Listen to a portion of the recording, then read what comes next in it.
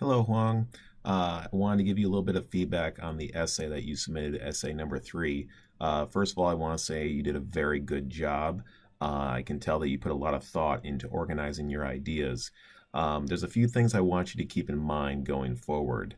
First of all, remember that simple sentences have a place in your essay. And if you have an idea that you want to convey, and it's an idea that's very self-evident, then you don't need to make it terribly complex. You can use a simple sentence too. Second thing is be careful not to overuse transitions. I know that you like to use those a lot in your paper, and if you have a transition at the beginning of every one of your sentences, it starts to get a little repetitive. So that's something to be careful of as well. Lastly, remember that when you use dependent clauses, to make sure that they're relevant to the ideas that you're discussing in your paper. We don't want to make complex sentences just to have complex sentences. They have to be conveying some ideas that are part of the main idea of your essay.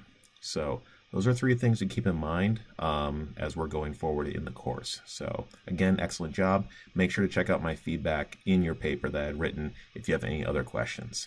See you soon.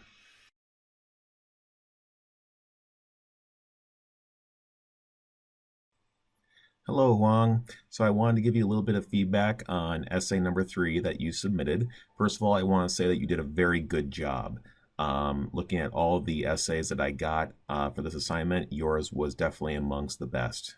So very good work. I like how you organize your ideas. Clearly, you put a lot of thought into how you were going to organize them, so that was great to see. There's a few things I want you to consider going forward. First of all, remember that simple sentences have a place in your essay. I know that sometimes you get worried that you're not going to get as good of a score if you don't have enough complex sentences, but you don't want to just have complex sentences throughout the entire paper. If you have a very simple, clear idea that you want to put forward, a simple sentence is often the best way to do that.